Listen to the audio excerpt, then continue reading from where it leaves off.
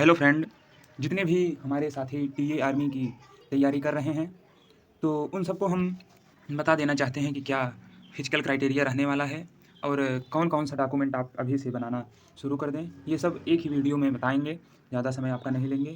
तो चलिए हम पहले देख लेते हैं कि हमारा जो फिजिकल स्टैंडर्ड हाइट का है, वो क्या रहने वाला है। तो यदि आपकी हाइट 160 सेंटीमीटर 160 सेंटीमीटर है, तो भी आप इसमें एलिजिबल हैं और आपका जो चेस्ट है वो 82 सेंटीमीटर है फुलाने के बाद और 77 सेंटीमीटर नॉर्मल।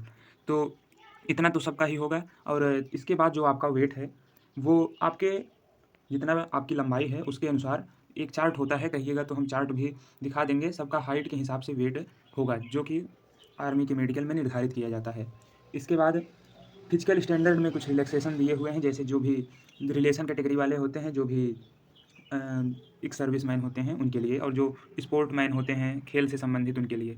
इसके बाद ट्रेड टेस्ट किन-किन का होगा? जैसे सभी लोग पूछते हैं कि क्या सभी को ट्रेड टेस्ट देना पड़ेगा? जी नहीं, सिर्फ़ जो सोल्जर क्लर्क वाले होंगे और ट्रेड्समैन वाले होंगे, उनका पहले फिजिकल होगा। फिजिकल तो सबका एक साथ ही होगा।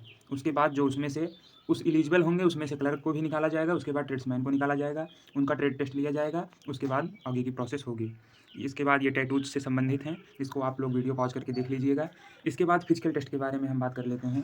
तो फिजिकल टेस्ट इसमें भले ही लिखा है कि जितने भी साथी हमारे 18 से लेकर 30 साल तक हैं, उनको 5:45 तक जी 5:45 और 5:30 और 5:45 तक का समय दिया जाएगा, लेकिन ऐसा कुछ होने वाला नहीं है क्योंकि हम सब जानते हैं कि ये टीए की भर्ती है। आप यदि एक्सीलेंट मारते हैं तो आपको 60 नंबर और नहीं तो 40 नंबर। और इसके बाद जो भी साथी 31 से लेकर के 42 साल तक हैं, उनको दौड़ में साढ़े 6 मिनट का समय दिया जाएगा, ऐसा लिखा है सिर्फ़, ये बता रहे हैं। ये ऐसा लिखा हुआ है, लेकिन इससे कम भी हो सकता है। इसके बाद बीम की हम बात करते हैं, तो यदि आप 10 बीम लगाते हैं तो आपको पूरा का पूरा 40 नंबर, यदि आप 9 बीम लगाते हैं तो 33 नंबर, 8 बीम 27, 7 बीम लगाते हैं तो 21 नंबर ऐसे होगा और 5 से कम लगाते हैं तो आपको फ़ेल कर दिया जाएगा। इसके बाद बैलेंस होगा जिग-जैग और 9 फीट का जो गड्ढा होता है उसको पार करना होगा। अ, और जो फॉर सोल्जर कैटेगरी क्लर्क के जो हैं 1 माइल रन होगा, फिर पुलअप्स होगा, विल बी क्वालीफाइंग टेस्ट, ये क्वालीफाइंग नेचर का होगा। ये क्लर्क कैटेगरी के लिए है। इसके बाद इसका कोई भी नंबर अलग से नहीं दिया जाएगा, ये सिर्फ़ एक क्वालीफाइंग नेचर का होगा। इसके बाद रिटन एग्ज़ामिनेशन है और एग्ज़ाम जो है, ये देखिए सोल्जर क्लर्क के लिए जो हैं जनरल नॉलेज और जनरल साइंस के 10 क्वेश्चन, सभी क्वेश्चन 10 मार्क के होंगे और कंप्यूटर का भी ज्ञान होना चाहिए। 15 क्वेश्चन आएँगे, 2 मार्क के होंगे और जनरल इंग्लिश जो है वो 25 क्वेश्चन आएँगे, जो कि 2 मार्क्स के होंगे। इसके बाद ये क्लर्क का सिलेबस है, इसको आप लोग स्क्रीनशॉट ले लीजिएगा, जो भी क्लर्क के साथी हैं। और जो 10th पास ट्रेड्समैन है उनका और 8th पास वाले के लिए और ये सभी के लिए होगा। जो हमारी भर्ती जैसे 10th पास के बेसिस पर निकाली गई है, तो ये है आपके जनरल नॉलेज से 20 क्वेश्चन आएँगे जो कि 40 मार्क के होंगे, जनरल साइंस से 15 क्वेश्चन जो कि 30 मार्क के होंगे और मैथ से आपके आएँगे 15 क्वेश्चन जो कि 30 मार्क के होंगे। और जो 8th पास होंगे उनके लिए जनरल नॉलेज से 20 क्वेश्चन वही है, जनरल साइंस से भी वही सेम होगा, बस लेवल थोड़ा-सा अप डाउन होगा बस।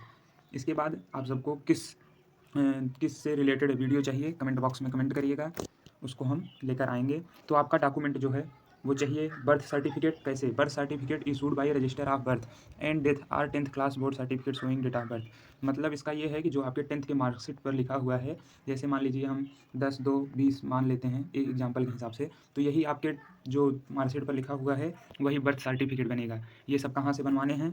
अगर वीडियो चाहिए तो अगले वीडियो में बताते हैं। इसके बाद एजुकेशन सर्टिफिकेट में आप 10th 12th की मार्कशीट ले जाएँगे, जहाँ तक भी आप अपनी पढ़ाई किए हैं, 10th तक, 8th तक या 12th तक आप पढ़ाई किए हैं, तो उनके लिए। इसके बाद किसी भी स्कूल से हो सकता है, किसी भी कॉलेज से हो सकता है। इसके बाद जो 8वीं पास कैंडिडेट हैं, उनके लिए एक सूचना है, 8th class pass marksheet and transfer issued of school should be contrived by district inspector और स्कूल डिस्ट्रिक्ट एजुकेशन ऑफिसर। तो जो 8वीं पास हैं, उनको डिस्ट्रिक्ट इंस्पेक्टर मतलब आप अपने तहसील में जाके वहाँ से आप प्रमाणित करा सकते हैं, अपने स्कूल से लिखवा करके ले जा कर के आपको तहसील से प्रमाणित कराना होगा। इसके बाद आपका निवास प्रमाण पत्र भी यहाँ पर लगने वाला है, जिस भी स्टेट के हैं आप, तहसीलदार द्वारा बना हुआ। उसके बाद ये जो भी आप जैसे जाति प्रमाण पत्र हो गया, इसके बाद ये सब नहीं बनवाना होता, कैरेक्टर सर्टिफिकेट ज़रूरी है। ये कैरेक्टर सर्टिफिकेट आप पुलिस वेरिफिकेशन जिसको कहते हैं, ये बनवाना है, ये भी बनवाना है मैरिटियल स्टेटस मतलब ग्राम प्रधान के द्वारा, ये बनवाना है। इसके बाद रिलेशन सर्टिफिकेट, यदि आप रिलेटेड कैंडिडेट हैं तो ये बनवाना होगा। ये सब के लिए नहीं है। इसके बाद यदि आपके पास कोई स्पोर्ट्स सर्टिफिकेट है तो उसको ले जाना है। इसके बाद पैन कार्ड, आधार कार्ड ये सब के लिए इम्पोर्टेंट है। फ़ोटोग्राफ 20 ये सब के लिए इम्पोर्टेंट है। Important point for the candidates. ये हैं। तो नेक्स्ट वीडियो किस टॉपिक पर होगा कमेंट कीजिए। जय हिंद।